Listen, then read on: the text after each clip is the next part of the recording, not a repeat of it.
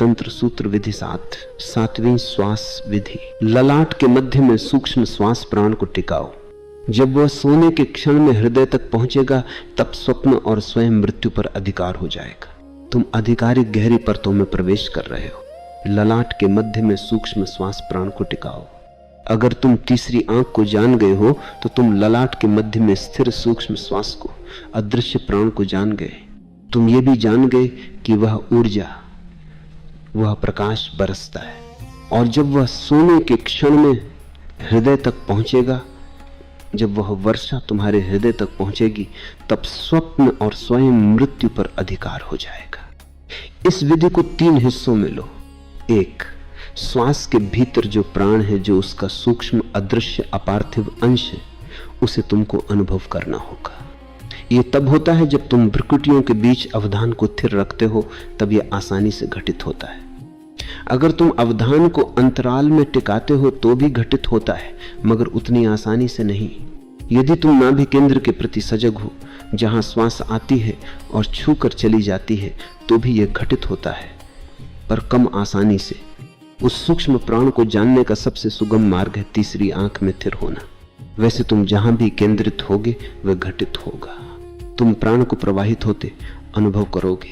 प्राण को अपने भीतर प्रवाहित होता अनुभव कर सको तो तुम यह भी जान सकते हो कि कब तुम्हारी मृत्यु होगी।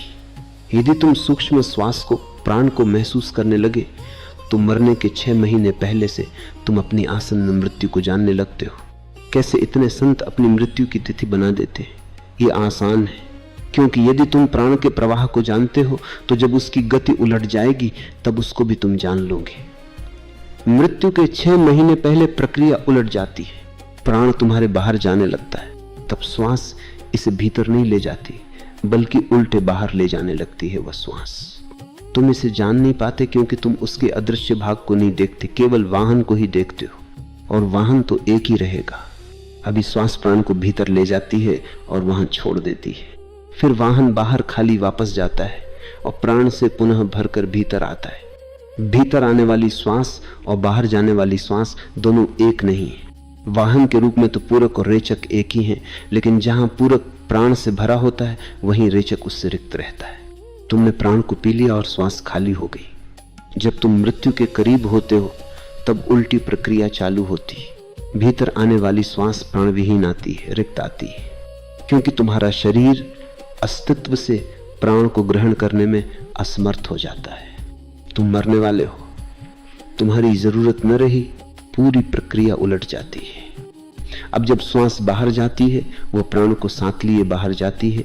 इसलिए जिसने सूक्ष्म प्राण को जान लिया वह अपनी मृत्यु का दिन भी तुरंत जान सकता है। 6 महीने पहले प्रक्रिया उलटी हो जाती है। ये सूत्र बहुत महत्वपूर्ण है। ललाट के मध्य में सूक्ष्म श्वास प्राण को टिकाओ। जब सोने के क्षण में वह हृदय तक पहुंचेगा तब स्वप्न और स्वयं मृत्यु पर अधिकार हो जाएगा। जब तुम नींद में उतर रहे हो तभी इस विधि को साधना है, अन्य समय में नहीं। ठीक सोने का समय इस विधि के अभ्यास के लिए उपयुक्त समय है। तुम नींद में उतर रहे हो, धीरे धीरे नींद तुम पर हावी हो रही है। कुछ ही क्षणों में भीतर तुम्हारी चेतना लुप्त होगी, तुम अचेत हो जाओगे। उस क्षण के आने के पहले तुम अपनी श्वास और उसके सूक्ष्म अंश प्राण के प्रति सजग हो जाओ और उसे हृदय तक जाते हुए अनुभव करो। अनुभव करते जाओ कि वह हृदय तक आ रहा है, हृदय तक आ रहा है। प्राण हृदय से होकर तुम्हारे शरीर में प्रवेश करता है।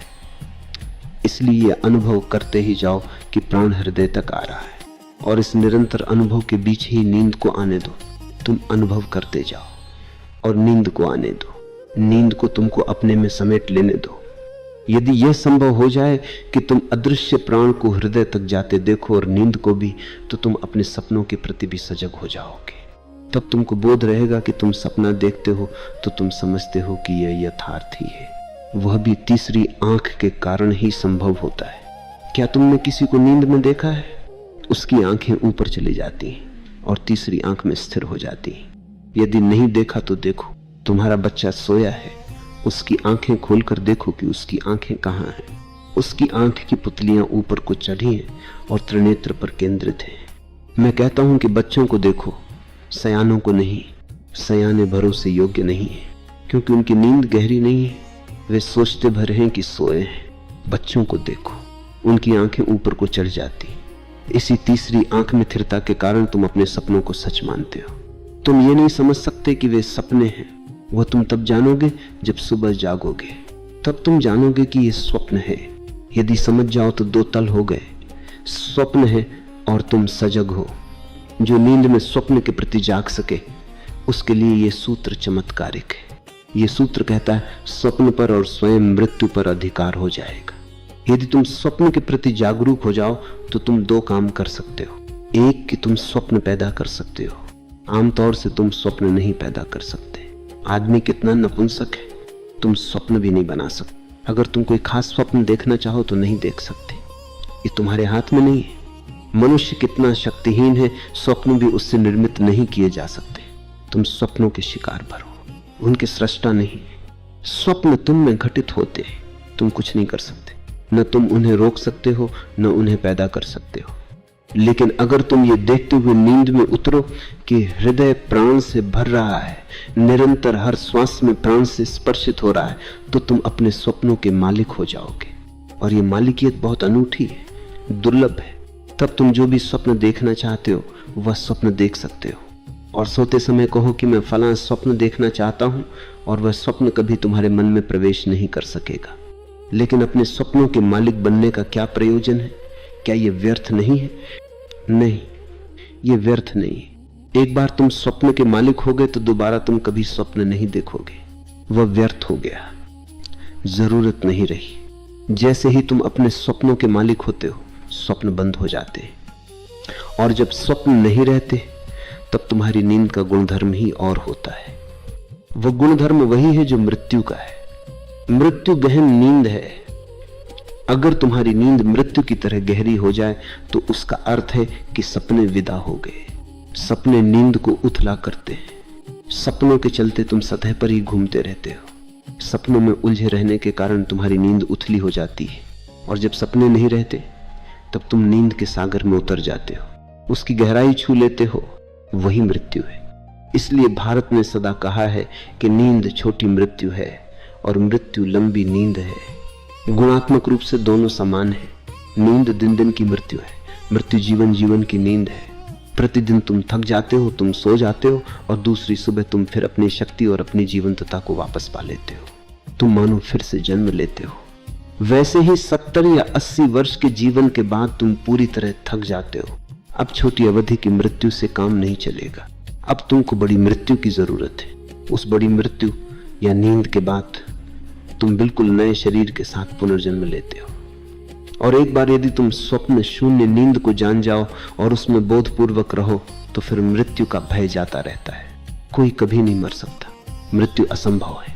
अभी एक दिन पहले मैं कहता था कि केवल मृत्यु निश्चित है, और अब कहता हूं कि मृत्यु असंभव है। कोई कभी नहीं मरा है, कोई कभी मर नहीं सकता। संसार में यदि कुछ असंभव है तो वह मृत्यु है, क्योंकि अस्तित्व जीवन है। तुम फिर जन्मते हो, लेकिन नींद ऐसी गहरी है कि पुरानी पहचान भूल जाते हो। तुम्हारे मन से स्मृतियां पोंछ दी जाती हैं। इससे इस तरह सोचो, मान लो कि आज तुम सोने जा रहे हो और कोई ऐसा यंत्र बन गया है, शीघ्र ही बनने वाला है, जो कि जैसे टेप रिकॉर्डर के फीते से आवाज पोंछ दी जाती है, वैसे ही मन से स्मृति को पोंछ डालता है। 0 3, क्योंकि स्मृति भी एक गहरी रिकॉर्डिंग है। देर सवेर हम ऐसा यंत्र निकाल लेंगे जो तुम्हारे मस्तिष्क में लगा दिया जाएगा और जो तुम्हारे दिमाग को पोंछकर बिल्कुल साफ कर देगा। तो कल सुबह तुम वही आदमी नहीं रहोगे जो सोने गया था, क्योंकि तुमको याद नहीं रहेगा कि कौन सोने गया था। तब तुम्हारी नींद मृत्यु जैसी हो जाएगी। एक गैप आ जाएगा, तुमको याद नहीं रहेगा कि कौन सोया था। यही चीज स्वाभाविक ढंग से घट रही है। जब तुम मरते हो और फिर जन्म लेते हो तब तुमको याद नहीं रहता है कि कौन मरा। तुम फिर से शुरू करते हो। इस विधि के द्वारा पहले तो तुम सपनों के मालिक हो जाओगे। उसका अर्थ हुआ कि सपने आना बंद हो जाएंगे। या यदि तुम खुद सपने देखना चाहोगे तो सपना देख भी सकते हो, लेकिन तब वह ठीक सपना होगा। वो अनिवार्य नहीं रहेगा, वह तुम पर लादा नहीं जाएगा, तुम उसके शिकार नहीं होंगे। और तब तुम्हारी नींद का गुणधर्म ठीक मृत्यु जैसा हो जाएगा। तब तुम जानोगे कि मृत्यु भी नींद है। इसलिए सूत्र कहता है स्वप्न और स्वयं मृत्यु पर अधिकार हो जाएगा।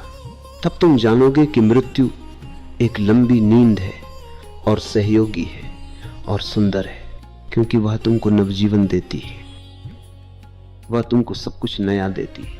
फिर तो मृत्यु भी समाप्त हो जाती है। स्वप्न के शेष होते ही मृत्यु समाप्त हो जाती है। मृत्यु पर नियंत्रण पाने, अधिकार पाने का दूसरा अर्थ भी है।